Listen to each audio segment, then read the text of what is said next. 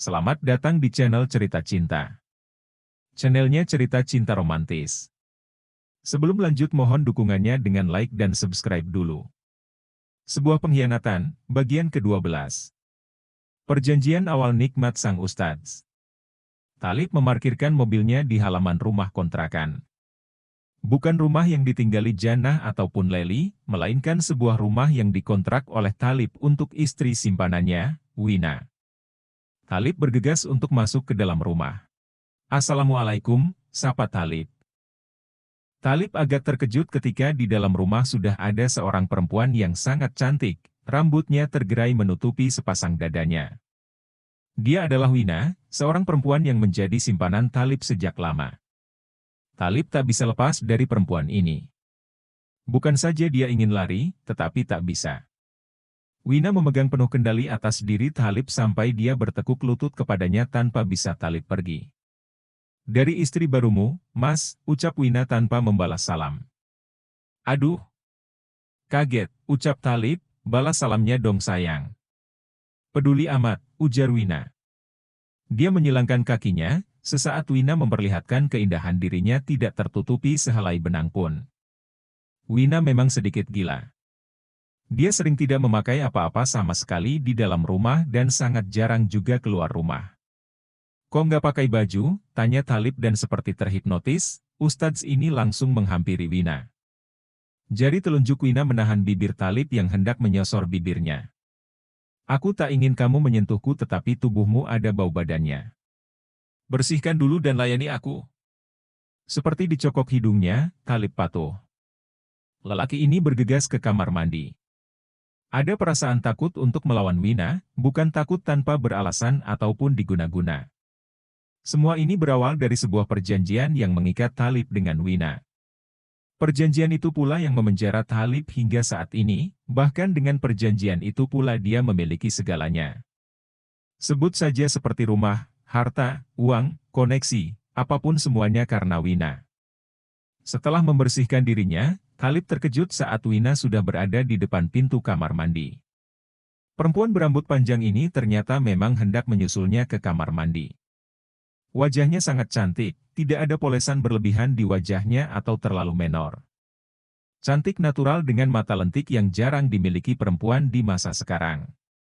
Ada satu hal yang harus dilakukan Talib saat Wina dalam kondisi seperti ini, yaitu Wina harus dipuaskan. Perlahan-lahan Wina mendorong tubuh Talib untuk masuk lagi ke kamar mandi. "Nah, kalau wangi seperti ini aku jadi pengen," ucapnya. Tangan nakal Wina sudah bergerilya pada sang ustadz yang sudah bercukur. Talib hanya menelan ludah merasakan kenikmatan. Dia hari ini belum mendapatkan nikmat dengan Leli maupun dengan Jannah, jadi masih ada tenaga untuk bisa melayani Wina. Memang tak perlu ditunggu lama agar mengeras dan terbangun. Bibir Wina sudah dipagut oleh Talib.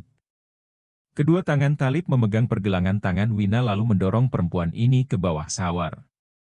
Kembali shower yang baru saja mati menyala lagi. Kedua tangan Wina diangkat ke atas. "Mas ingin diriku?" tanya Wina. "Iya," jawab Talib. "Ingin nikmat denganku?" "Iya," jawab Talib sekali lagi. "Berapa kali kamu sama si Jannah?" "Tak terhitung lagi." Wina terkekeh. "Dasar ustadz debul, kalau kau tidak memuaskanku sebagaimana kau puaskan perempuan-perempuanmu, kau tak akan bisa melihat orang-orang yang kau cintai lagi." Ini adalah jalan yang harus ditempuh oleh Talib, meskipun dia tidak suka. Dia memang terbangun, tapi bukan dari kemauannya, melainkan bahasa tubuh yang terpaksa. Kedua tangan Talib sudah berubah posisi bergerilya mengerjakan tugasnya sebagaimana mestinya. Perumpamaan tubuh Wina adalah tubuh seorang model. Langsing, padat dengan badi yang aduhai. Tak bisa dibandingkan dengan Jannah dan Leli. Siapapun lelaki di dunia ini pasti ingin sekali menikmatinya. Talib sangat beruntung bisa mendapatkan segel perempuan ini. Dan itu juga yang menjadi awal siksaan bagi dirinya. Tak akan pernah Talib lupa akan masa tersebut. Ketika dia kepergok berada di kamar dalam keadaan nikmat bersama Wina. Nahasnya Talib tidak tahu siapa keluarga Wina sebenarnya. Perempuan tersebut mabuk kepayang kepada kebaikan dan jurus garangan yang dia berikan nyaris tiap hari, selain juga kepada Jannah.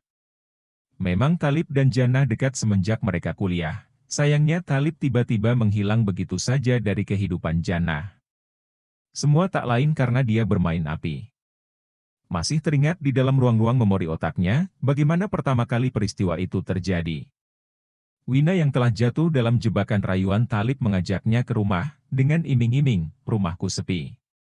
Thalib yang sudah terbawa suasana lalu mulai meluapkan hasratnya bersama Wina, meskipun tahu hal itu terlarang, terlebih dia mahasiswa jurusan Fakultas Usuluddin.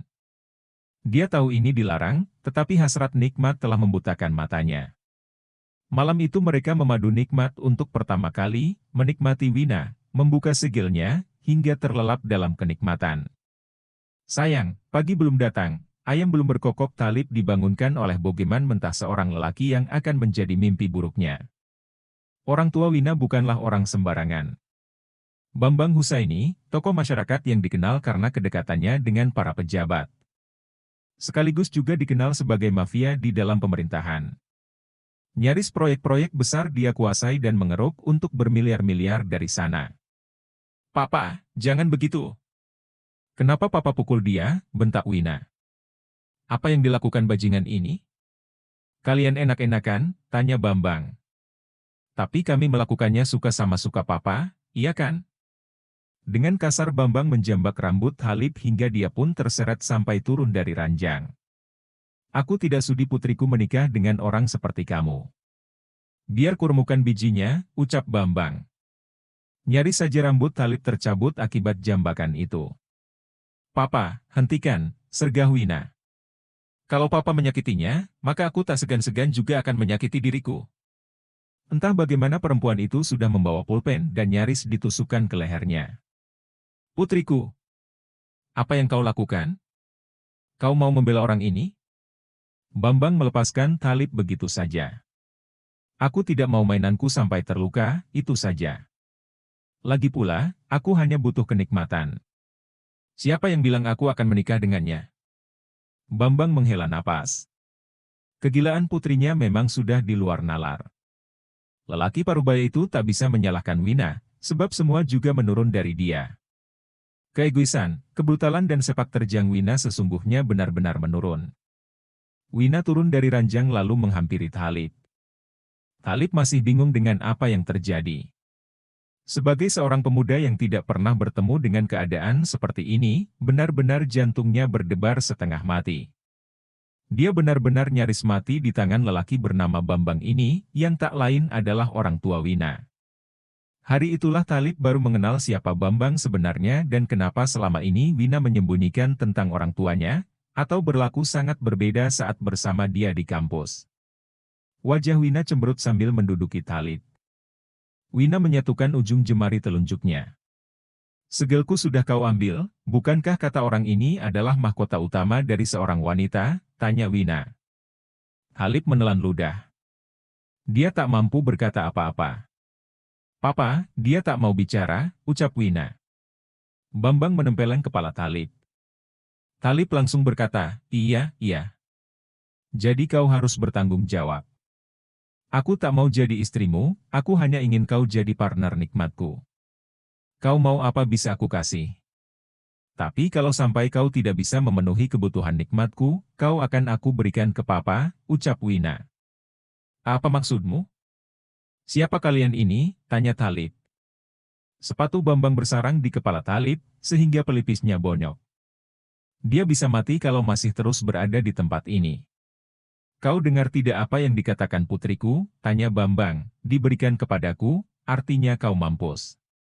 Kau tinggal pilih, masuk ke tong lalu aku semen dirimu hidup-hidup, lalu aku buang ke tengah laut. Atau aku jadikan kau jadi adonan cor-coran di salah satu mal di kota ini. Kau tinggal pilih. Aku bisa melakukan semua itu." Thalib menelan ludah. Seumur hidup Thalib tidak pernah setakut itu, bahkan hingga sekarang pun dia tetap takut. Apalagi setelah mendapatkan ancaman seperti itu, Thalib dipaksa untuk enak-enak dengan Wina dengan disaksikan oleh Bambang. Kalau sampai Thalib tidak bisa bangun, maka dia akan dibogem. Tentunya ancaman itu tak bisa dianggap remeh. Orang-orang seperti Bambang adalah orang-orang yang sangat berbahaya. Mimpi buruk itu benar-benar terus menghantui dia. Meskipun sekarang imbasnya, Talib mendapatkan banyak hal, banyak koneksi, serta keberhasilan dalam setiap bisnis yang dia kelola. Semua tidak lain karena keluarganya Wina. Biarpun Wina selalu minta jatah nikmat dengannya, tetapi sampai sekarang Wina tetap tidak mau diperistri. Alasannya memang sederhana.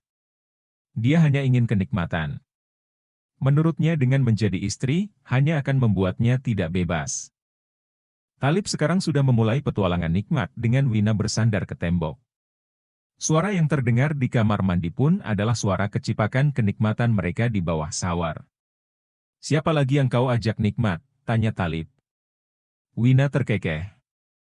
"Anak tetangga." Masih SMA, ujar Wina. "Dasar PL. Rasakan nih," ucap Talib sambil mempercepat tugasnya. Mereka tidak pernah marah satu sama lain. Semenjak Wina melindungi Talib dari kejadian malam itu, secara tidak langsung Talib sudah masuk ke dalam perangkap harimau. Seumur hidup ia akan melayani hasrat liar Wina, dan tentu saja harus mengikuti apa yang diinginkan oleh Bambang. Dengan berkedok sebagai pemuka agama, Talib bisa dekat dengan banyak orang, bahkan memperlancar bisnis mafia Bambang. Talib juga menggunakan acara pengajiannya sebagai kedok untuk pertemuan orang-orang dalam lingkaran bisnis Bambang, yang tentu saja bisnis yang dia jalani bukan bisnis sembarangan. Talib melanjutkan aksinya dari kamar mandi ke tempat tidur. Hingga akhirnya keduanya pun terlelap setelah mendapati puncak kenikmatan secara bersamaan. Wina tidur dalam pelukan Talib, hingga ponselnya berbunyi. Dengan tangan yang lemah, Wina berusaha menggapai ponsel tersebut di nakas. "Halo," sapa Wina. "Ada barang baru," jawab suara itu. Wina yang tak sempat melihat siapa yang menelponnya menjauhkan teleponnya sejenak. Di layar ponselnya tampak ada sebuah nama, Kecoak. Tampak di layar ponsel jam menunjukkan pukul 1 waktu Indonesia Barat. Dengan kesal Wina berkata, "Hei, Coro. Ganggu orang saja. Jam berapa ini?" "Maaf, Nyai. Tapi ini barang baru, bagus banget," ujar Kecoak. "Memangnya nggak bisa nunggu besok?" "Tapi ini sudah besok." "Lihat jam berapa ini?" "Masih malam. Demit juga masih keluar, bego banget sih. Tapi kali ini dapat yang cadaran. Mulus, masih perawan." Wina mengernyit. "Perawan?" "Iya, lagi butuh duit dia," jawab Kecoak. "Yowis. Nanti ketemuan pas pengajian," jawab Wina. "Awas kalau sampai dia kamu sentuh, tak sunat dobel manukmu." "Injih, Nyai. Tenang. Dijamin masih mulus, hehehe." "Siapa namanya?" "Siti Komariah." Wina menutup teleponnya. Kembali dia masuk ke dalam pelukan Talib. Tangan kanannya menggenggam patok Talib yang masih tertidur, setelah itu dia lanjutkan tidurnya. Talib pun memeluknya lagi dengan erat. Bisnis yang sedang dilakukan oleh Wina bukanlah bisnis sembarangan. Dan orang yang menjadi targetnya adalah mereka yang memiliki fantasi perempuan-perempuan berhijab. Dan tentu saja untuk menutupi kedok transaksinya, dia memanfaatkan pengajian yang dilakukan oleh Talib. Perempuan-perempuan yang menjadi korban biasanya diajak berbicara dan berkenalan di pengajian. Setelah itu Wina mengajaknya dan mengantarkannya ke klien-klien yang ingin memakainya. Tentunya dengan bayaran yang sudah diberikan. Sebagai mami, sudah dijalani oleh Wina sejak lama. Bisnis inilah yang membuat dia dan Talib punya koneksi ke pejabat-pejabat tinggi. Sebab para pejabat hidung belang itu juga ingin mencicipi bagaimana para wanita yang tertutupi baju syar'i tersebut. "Hei, kenapa diam saja?" panggil Suroso. Bersambung.